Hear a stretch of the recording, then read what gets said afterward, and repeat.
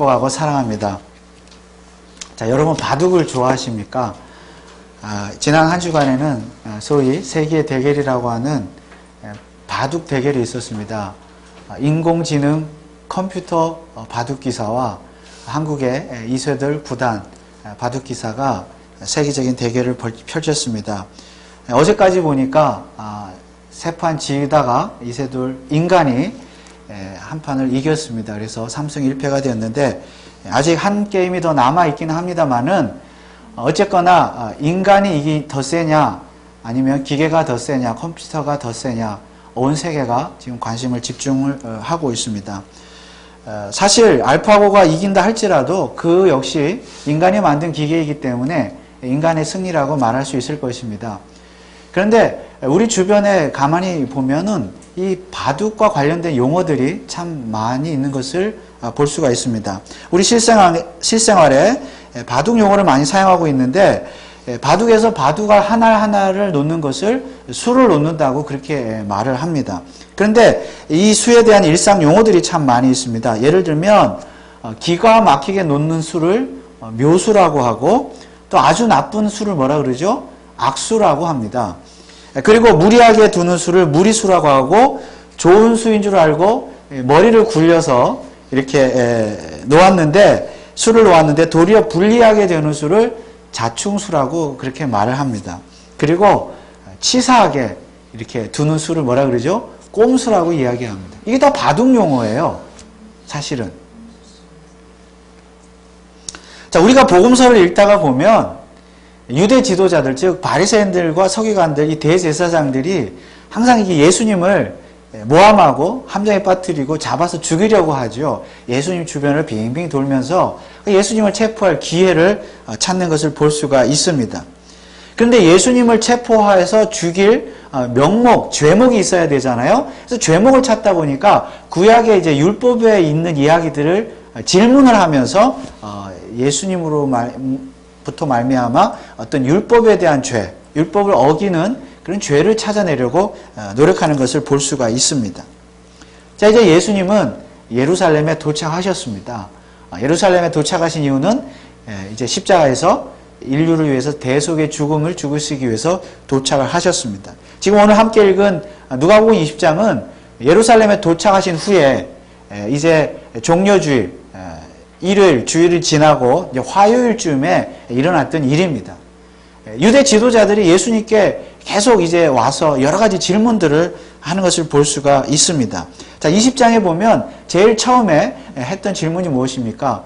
그들은 예수님께 와서 당신은 도대체 무슨 권세로 이런 일들을 행하느냐? 다시 말하면 예수라는 당신은 도대체 무슨 권세로, 누가 준 권세로, 무슨 권위로 이리저리 다니면서 병자들도 고치고 무슨 천국 복음을 전한다고 그렇게 하느냐? 사람들을 이끌고 다니느냐? 자, 이 질문은 예수님으로 하여금 하나님의 이름을 빙자했다는 죄목으로 예수님을 체포하려고 하는 그런 의도가 있는 질문이었습니다. 자, 그런데 예수님께서 뭐라고 대답을 하셨습니까? 예수님은 직접적인 대답 대신에 오히려 세례 요한에 대한 요한의 권위에 대한 질문을 하셨죠. 자, 세례 요한의 권위는 어디로부터 왔느냐? 그들에게 오히려 질문했습니다. 자, 유대 지도자들은 머리를 맞대고 의논을 했는데 결국 대답을 하지 못했습니다. 왜 그렇습니까? 이렇게 대답을 해도 저렇게 대답을 해도 곤란하기 때문입니다. 세례 요한의 권위가 하늘로부터 온 것이라고 대답을 하면 그들 스스로 세례 요한의 권위를 인정하는 것이기 때문에 곤란한 것이고, 세례 요한의 권위가 사람으로부터 온 것이라고 말하면 무시하는 것인데, 오히려 세례 요한을 따르는 무리들이 많잖아요. 하나님의 신적 권위를 인정하면서 세례 요한을 따르는 무리들이 많기 때문에 그들이 두려워서 그렇게도 대답을 못했던 것입니다. 그래서 이러지도 못하고 저러지도 못하고 있으니까 예수님 뭐라 그러세요? 그래? 너희들이 대답을 못하면 나도 내 권위가 어디로부터 왔는지 말하지 않겠다, 이렇게 말했습니다. 그러나 대신 예수님은 한 포도원 농부의 비유를 말씀하시죠. 그 비유를 통해서 자신의 권위가 어디로부터 비롯되었는가를 간접적으로 말씀을 하셨습니다. 한 포도원 주인이 포도원을 농부들에게 세를 주고 먼 나라로 떠났습니다. 자, 그리고 나서 좀 시간이 지난 후에 포도원의 소출, 그 수확을 이제 그 결산을 하기 위해서 종들을 보내죠. 몇 번이나 종을 보냈습니까? 3번이나 종을 보냈습니다. 그럴 때마다 이 포도원 농부들은 이 종들을 소득을 그 어떤 수입을 주인의 수입을 줘서 보내는 것이 아니라 이 종들을 때려서 보냈다 그랬습니다. 무시한 거죠. 주인을 무시한 거죠. 때려서 쫓아보냈습니다. 자, 포도원 주인이 마지막으로 누구를 보내요? 자기 아들을 보냅니다. 그런데 농부들은 이번에는 어떻게 했습니까? 그 아들을 아예 죽여버렸습니다. 자, 여러분, 이 아들은, 죽은 아들은 누구입니까? 바로 예수 그리스도입니다. 예수님 자신입니다. 하나님께서 앞서 보내신 종들, 이들은 누구인가 하면 바로 구약의 선지자들이죠. 예언자들. 선지자들을 이스라엘 백성들에게 미리 보내셔서 이스라엘 백성들이 회개하도록 하나님께 돌아오도록 그렇게 촉구를 했지만 선지자들을 다 죽여버렸습니다. 때렸습니다. 죽이기도 하고. 그래서 하나님께서 마지막으로 누구를 보내세요? 당신의 아들, 독생자 아들 예수 그리스도를 이 땅에 보내셨습니다. 그리고 회개를 촉구하셨습니다. 예수님께서 이 땅에 오셔서 회개하라 천국이 가까웠느니라 이렇게 복음을 전하니까 이 농부들이 어떻게 예수님을 죽이잖아요. 이제 앞으로 죽잖아요. 예수님께서. 농부들은 죽일 거예요. 그 농부들이. 그러므로 지금 이 포도원 농부의 비유는 예수님 자신의 권위가 어디로부터 온 것이며 그리고 결국 자신이 어떻게 될 것인가를 보여주는 것입니다. 하나님께서 마지막으로 독생자 아들을 이 세상에 보내셨지만 유대인들이 끝내 그 아들마저 십자가에 매달아 죽일 것을 예언하신 말씀입니다. 그렇다면 결국 예수님의 권위는 어디로부터 비롯된 것입니까? 바로 농부이신 하나님으로부터 비롯된 그 포도원 주인으로부터 비롯된 권위인 것을 우리가 알 수가 있는 것입니다. 예수님께서 이렇게 간접적으로 자신의 권위를 말씀하고 있는 것입니다.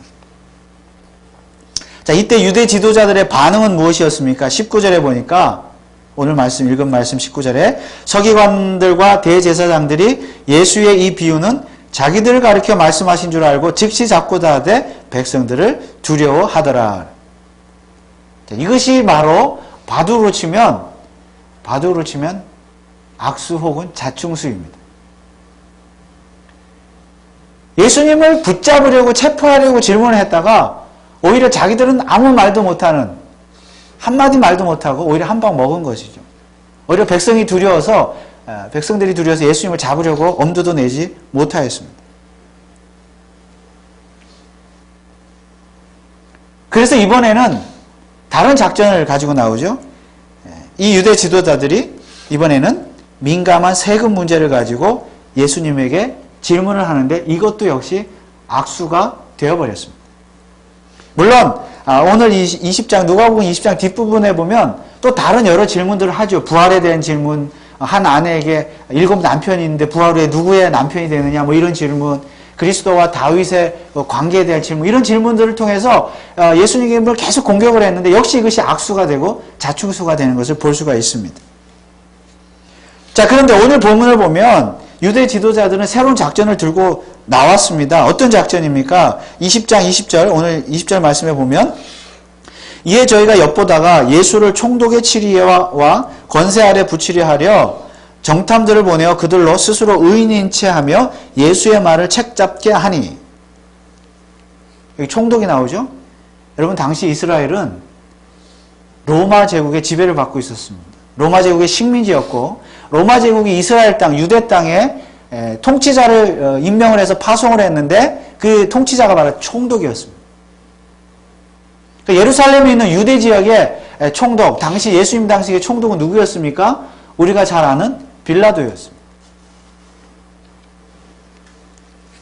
자, 그렇다면 유대 지도자들의 바뀐 작전은 무엇입니까? 여기 예수를 총독의 치리와 권세 아래 붙이려 하여. 지금까지는 예수를 체포할 죄목을 찾기 위해서 종교적인 그 질문들, 이유를 가지고 예수님께 인물 공격했는데, 이제는 종교적인 죄목이 아니라 정치적인 죄목을 찾기로 작전을 바꾸었습니다. 당시 죄수에 대한 사형을 선고할 수 있는 권한은 이스라엘 자체에는 없었습니다. 식민지였기 때문에 사형을 선고할 권세는 로마 제국에 있었어요. 황제가 하는 것이고, 황제의 위임을 받은 총독이, 빌라도 총독이 사형을 선고할 권한이 있었습니다. 그렇기 때문에 이 유대 지도자들은, 이 바리새인들, 대제사장들, 서기관들은 어차피 예수님을 지금 죽이려고 혈안이 되어 있지만 어차피 죽이려면 유대 총독의 힘이 필요했어요. 유대 총독이 사형 선고를 내려야 예수가 사형을 받을 수 있는 것입니다. 그런데 유대 총독이, 빌라도 총독이 사형을 선고하려면 종교적인 죄목으로는 안 돼요. 정치적인 죄목, 다시 말하면 로마 제국의 법을 어기는 어떤 그런 죄목이 있어야 예수를 사형에 처할 수가 있는 것입니다. 그래서 정치적인 죄목이 필요했던 것이에요. 그래서 들고 나온 질문이 무엇입니까? 바로 세금에 대한 질문이었습니다. 그들은 예수님께 나와서 가이사에게 세금을 바치는 것이 합당하냐 질문했습니다.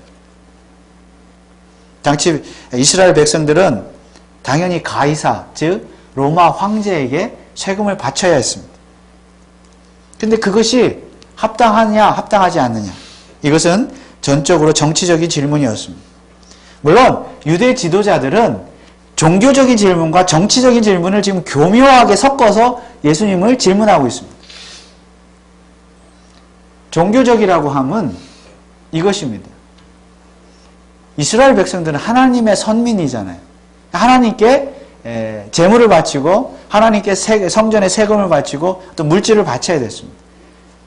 그런데 하나님의 선민이 이스라엘 백성들이 하나님께 돈을 바치는 대신에 이방 나라 로마 제국에 돈을 바치는 것이 과연 합당하냐는 질문입니다. 자, 정치적이라고 하는 질문은 무엇입니까? 당연히 로마 제국에 세금을 내야 하는데,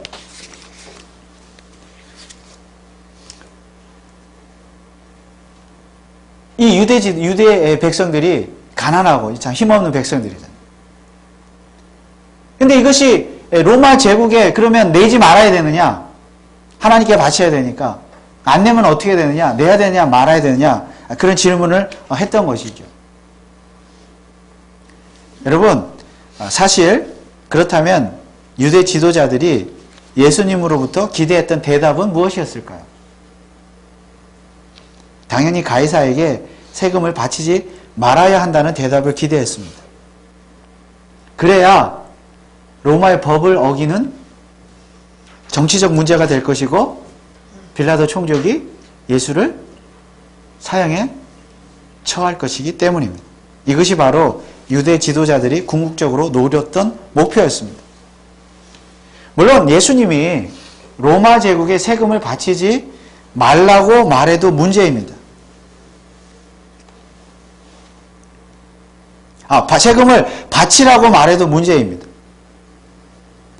로마 제국 앞에 힘없는 백성들, 어쩔 수 없이 세금을 바치고 있는데, 가난한 백성들이,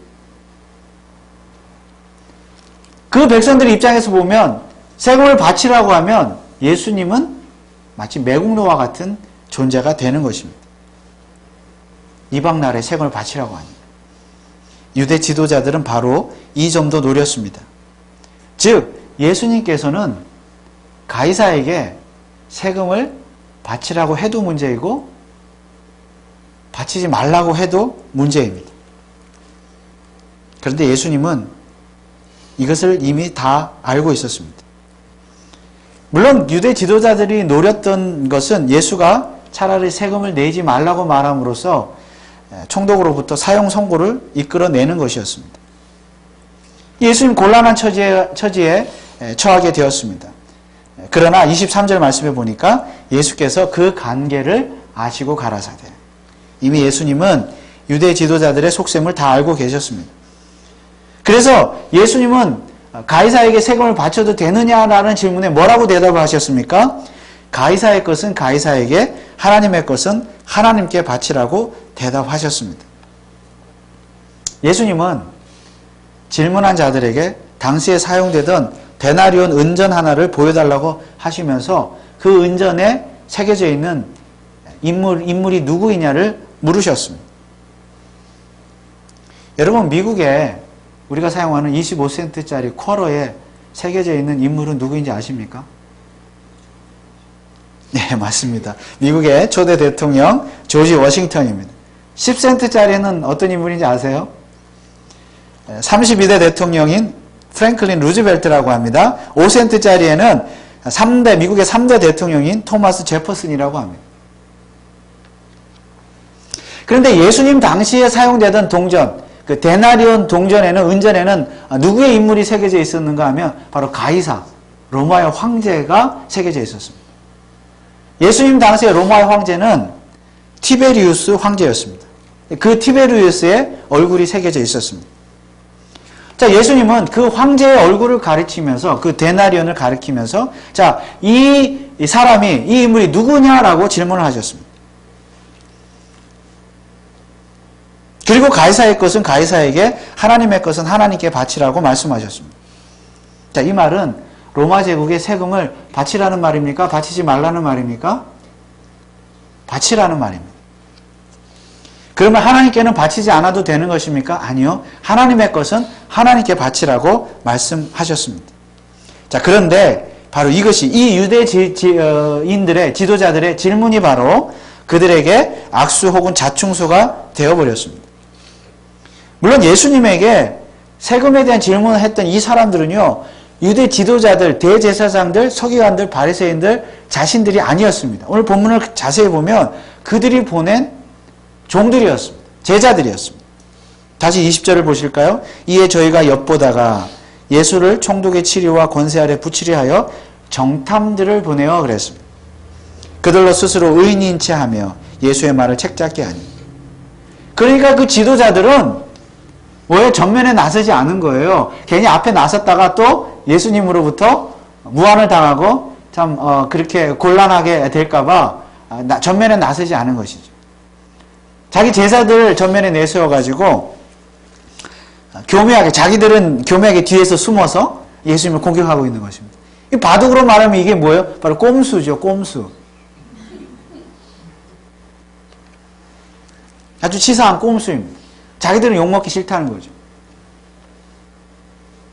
어쨌든 예수를 함정에 빠뜨리려고 한 이 유대 지도자들의 질문이 바로 악수와 자충수가 되어버렸습니다. 왜냐하면요, 그들은 자기들 입으로 스스로 예수님의 질문에 대한 답을 말했기 때문입니다. 예수님께서 데나리온의 그림을 가리키면서 이 사람이 누구냐고 물으셨을 때에 그들은 그들 입으로 스스로 가이사의 것입니다 라고 대답을 해버렸습니다. 물론 데나리온 은전에는 신의 아들 가이사 티베리우스라는 글귀도 새겨져 있었습니다. 그러니까 그들 스스로, 질문한 자들이 스스로 이 글귀도 가이사의 것입니다 라고 대답을 해버렸습니다. 이것이 왜 그들에게 악수 혹은 자충수가 된 것입니까? 당시 이스라엘 백성들은 로마의 제국의 지배를 받고 있으면서 그 당시에 통용되던 데나리온 은전을 다 사용하고 있었습니다. 데나리온 은전을 이미 사용하고 있었다는 말은 무슨 뜻입니까? 이미 로마 황제의 통치를 받고 있다는 것을 스스로 인정하는 것이고, 또 통치를 받고 있다, 로마 황제의 권위를 인정하고 있다는 것을 스스로 인정하는 것입니다. 그런데 재밌는 것은 예수님께 질문한 자들이 자기들 입으로 데나리온은 가이사의 것이라고 대답을 했다는 것입니다. 그래서 그렇게 말함으로써 뭐예요? 온 이스라엘 백성들이 로마 황제의 권위를 인정하고 통치를 받고 있다는 것을 가이사의 것이라고 인정함으로써 인정하게 되었다는 것입니다. 그래서 예수님은 이렇게 말씀하신 것이죠. 그렇다면 가이사의 것은 가이사에게 바치라. 다시 말하면 질문한 너희들 입으로 이 데나리온은, 돈은 가이사의 것이라고 황제의 것임을 스스로 인정했다면 그 로마 황제에게 그 돈으로 세금을 바치는 것은 당연한 것 아니냐. 그 당연한 것을 뭘 질문이라고 질문을 하느냐, 그 말입니다. 한 방 먹은 것이죠. 자, 이 말을 들은 질문자들의 반응은 무엇이었습니까? 26절에 보면 저희가 백성 앞에서 그의 말을 능히 책잡지 못하고 그의 대답을 기이 여겨 잠잠하니라. 예수님을 미워하는 자들이 예수님을 함정에 빠뜨리려고 질문을 했는데 결국 그것이 그들에게 악수 혹은 자충수가 되어버렸다는 말씀입니다. 우리는 오늘 가이사의 것은 가이사에게, 하나님의 것은 하나님에게라는 이 말씀을, 예수님의 말씀을 가지고 정치와 종교의 관계 혹은 그리스도인의 세금 문제, 헌금 문제, 이런 것들에 대해서 말씀을 나눌 수가 있을 것입니다. 중요한 것은 가이사의 것과 하나님의 것 사이의 균형입니다. 어느 한쪽만 지나치게 강조하는 것은 옳지 않습니다. 다시 말하면 우리 성도는 하나님을 사랑하고 교회를 사랑하는 열정도 필요하지만 세상을 사는 지혜와 고민도 필요하다는 말씀입니다.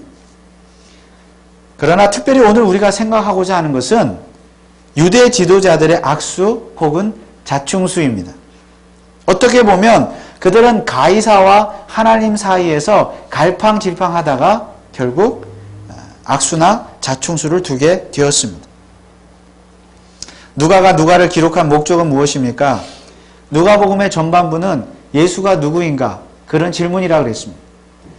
그리고 그 예수는 그리스도라는 대답을 주었다고 우리가 이미 살펴보았습니다. 그리고 누가복음의 후반부는 그러면 그리스도는 누구이냐? 라는 질문에 대한 대답을 주고 있다고 살펴보았습니다. 여러분, 그리스도는 누구입니까? 지금 그리스도는 왜 예루살렘에 가셨습니까? 예수님은 인간의 죄를 대속하는 죽음을 위해 예루살렘에 가셨습니다. 그것이 그리스도의 사명이었습니다. 그리고 오늘 20장에서 여러 가지 질문을 받고 있습니다. 여러분, 예수님은 왜 유대 지도자들로부터 애매한 질문들, 특히 세금에 대한 민감한 질문을 받으셨습니까? 그들은 예수를 총독의 치리에 권세 아래 붙이려고 그런 질문을 하였습니다. 이것은 결국 예수님은 유대 지도자들의 의해서, 종교적인 힘에 의해서, 그리고 더 나아가서는 로마 총독의 어떤 그런 정치적인 힘에 의해서 죽임을 당할 것임을 미리 보여주고 있는 말씀입니다. 그러므로 오늘 이 사건은, 이 20장에 나오는 이야기들은 바로 예수님께서 어떻게 죽게 될 것인가를 미리 보여주는 예언적인 사건인 것을 알 수가 있습니다. 예수님은 일찍이 예루살렘으로 출발하실 때에 이런 말씀을 하셨습니다. 누가복음 9장 22절에 가라사대 인자가 많은 고난을 받고 장로들과 대제사장들과 서기관들에게 버림받아 죽임을 당하고 제3일에 살아나야 하리라 하시고, 여기에 보면 인자가 고난을 받고 장로들과 대제사장들과 서기관들에게 버림을 받는다, 죽임을 당한다, 이렇게 말씀하셨습니다.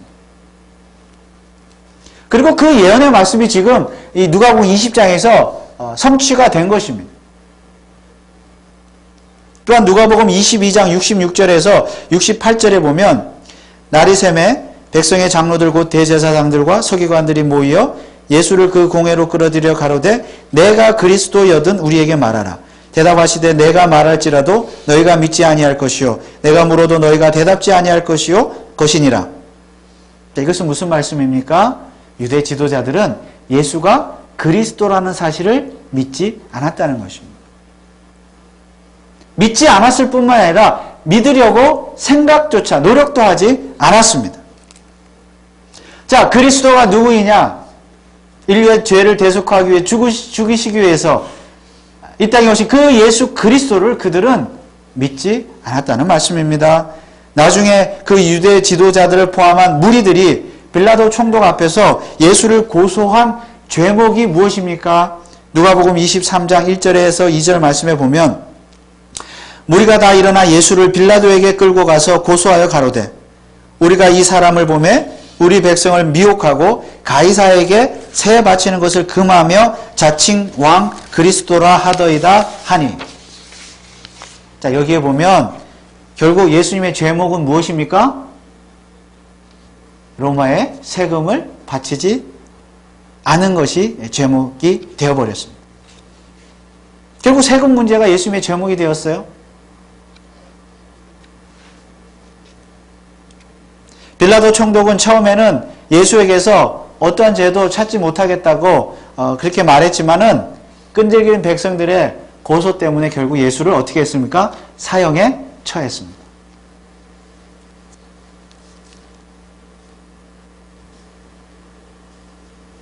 결국 예수님 말씀하신 대로 다 그대로 이루어진 것이에요. 그러니까 오늘 이 세금 이야기는 단지 세금 문제도 문제이지만은 결국 예수 그리스도께서는 종교적인 힘, 정치적인 힘, 그 세상의 힘에 의해서 죄인들에 의해서 죽임을 당할 것임을 미리 보여주는 그런 말씀이라는 것입니다. 유대 지도자들은 또한 모든 백성들은 예수를 죽이는 일이야말로 하나님을 위한 일이라고 생각을 하였습니다. 그것이 하나님께서 기뻐하시는 일이라고 생각한 거예요. 그래서 그들은 결국 가이사를 선택했고 예수님을 버렸습니다. 이것이 중요한 것입니다. 그들은 자신들이 의인이라고 생각했습니다. 다시 20절 말씀을 보면 이에 저희가 엿보다가 예수를 총독의 치료와 권세 아래 붙이려 하여 정탐들을 보내어 그들로 스스로 의인인 채 하며 예수의 말을 책잡게 하니. 유대인들, 유대 지도자들, 백성들은 실제로는 하나님 앞에서 예수를 그리스도로 알아보지 못한 정말 엄청난 죄인들임에도 불구하고 스스로 의인인 채 하였습니다. 스스로 의인인 채 한 사람들의 결과가 무엇입니까? 가이사를 택하고 예수를 버렸습니다. 예수를 죽이고 가이사를 택했습니다. 로마 황제의 힘을 빌었습니다. 총독의 힘을 빌었습니다. 이것이 죄인들의 모습입니다. 그런데 스스로 죄인인 것을 알지 못하고 의인인 채 하는 사람들의 실상입니다.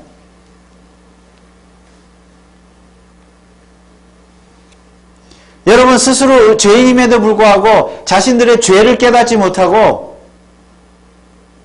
의인인 척하는 것, 이것이 무엇입니까? 그것이 바로 바둑으로 말하면 악수이며 자충수입니다. 바둑을 잘못 둔 거예요. 자기들은 묘수라고 생각하고 예수를 죽이는 것이야말로 하나님을 위하는 일이고 가이사를 위하는 일이라고 생각을 했지만, 묘수라고 생각을 했지만, 이길 줄 알았지만 결국은 그들에게 악수가 되고 자충수가 되어버렸다는 말씀입니다. 예수님은 누가복음 21장 20절에서 그들에 대해서 이렇게 말씀하셨습니다. 너희가 예루살렘이 군대들에게 애워싸이는 것을 보거든 그 멸망이 가까운 줄을 알라. 이것이 죄인들의 결국입니다. 예수를 그리스도로 알지 못하는 자들의 결국입니다. 오늘날 이 땅에는 수많은 사람들이 예수 그리스도의 십자가의 대속의 죽음 없이도 얼마든지 내 혼자 힘으로 잘 살 수 있다고 자신하는 의인들이 많이 있습니다.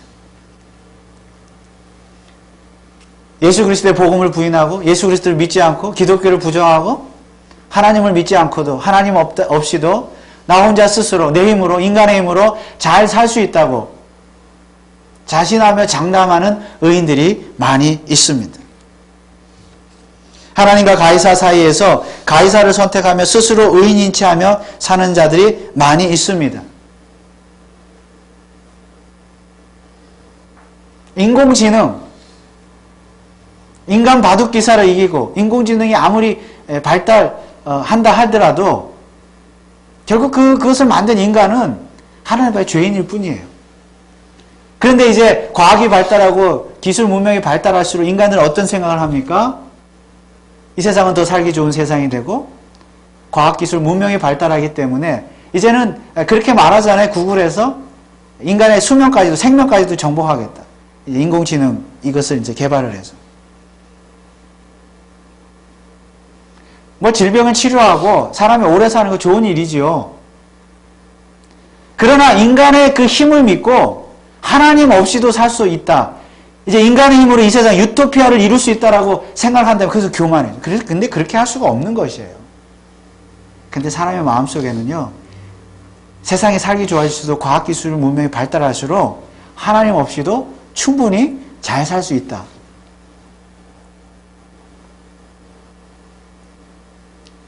묘수라고 생각하죠. 그러나 오늘 예수님 말씀이 뭐라 그래요?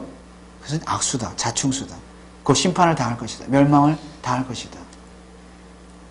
여러분 예수님께서 다시 재림하실 것을 확실히 믿으시지요. 종말이 올 것을 믿으시지요. 하나님의 심판이 있을 것입니다. 스스로 의인치 않은 인간들, 예수 그리스도를 믿지 않는 인간들, 십자가의 복음을 믿지 않는 인간들에게 하나님의 심판이 임할 것입니다. 악수와 자충수로 나타날 것입니다.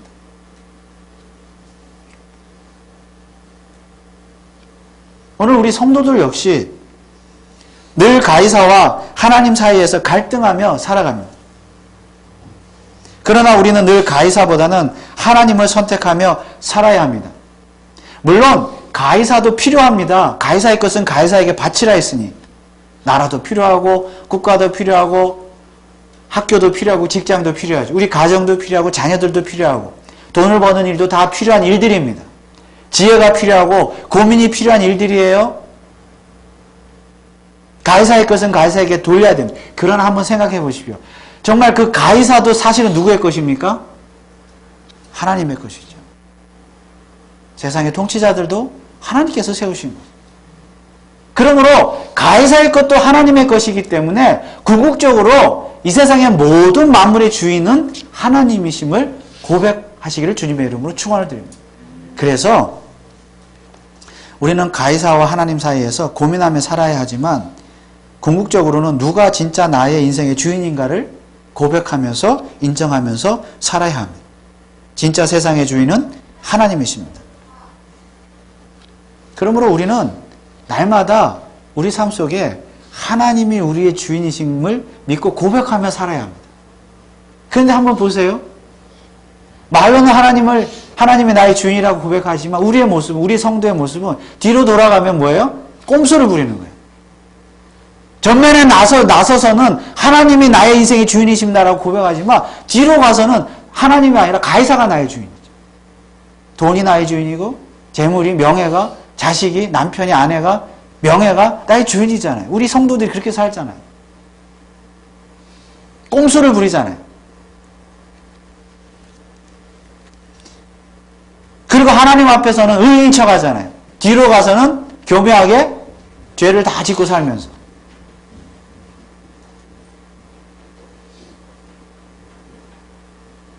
꼼수잖아요. 꼼수.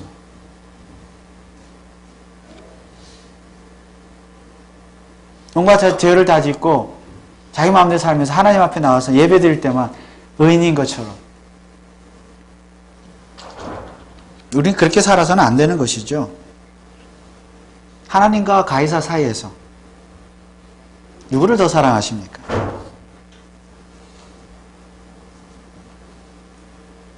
가이사를 더 사랑하는 것은, 하나님을 사랑한다고 하면서 가이사를 더 사랑하는 것은 결국 예수 그리스도의 십자가에 죽음을 헛되게 하는 것이며 결국 그 꼼수가 내게 악수나 자충수가 되어 돌아올 것입니다. 갈라디아서 6장 7절 말씀을 한번 다 같이 읽어보실까요? 다 같이 한번 읽어보겠습니다. 시작. 스스로 속이지 말라. 하나님은 만홀히 여김을 받지 아니하시나니 사람의 무엇으로 심든지 그대로 거두리라. 바둑 용어 중에 한 가지 더 신의 한 수라는 말이 있습니다. 그렇죠? 신의 한 수. 물론 많이 쓰는 말이잖아요. 정말 그 한 수가 결정적으로 경기를 이기게 만들 때 그 바둑 한 알이 신의 한 수라고 합니다. 여러분 우리 성도는 신의 한 수로 살아야 될 줄 믿습니다. 그 신은 누구예요? 물론 하나님이시죠. 가이사와 하나님 사이에서, 하나님과 가이사 사이에서 우리의 지혜, 우리의 지식, 우리의 인간적인 어떤 것, 세상적인 것 사랑하고 그것을 의지하고 거기에서 어떤 꼼수를 부리는 그것이 아니라 정말 모든 것 주인 되시는 하나님, 모든 것의 주인은 하나님이신 것을 정말로 믿고 고백하고 살아가는 것이 신의 한 수인 줄 믿으시고, 정말 우리 모두가 가이사와 하나님 사이에서 하나님만을 나의 주인으로 모시고 섬기고 사시는 저와 여러분들 되시기를 주님의 이름으로 축원을 드립니다. 기도하겠습니다. 사랑의 하나님, 은혜를 감사합니다. 우리가 가이사와 하나님 사이에서 날마다 고민하며 살아갑니다. 가이사도 필요하지만 결국 그것의 주인도 하나님이신 것을 믿고 고백합니다. 하나님, 말로만 하나님이 내 인생의 주인이라고 고백하지 말게 하시고 실제로 하나님을 주인으로 섬기면서 우리 삶 가운데 꼼수를 부리지 않는 신의 한 수로만 살아가는 믿음의 사람들 다 되게 하여 주옵소서. 예수 그리스도의 이름으로 기도하옵나이다. 아멘.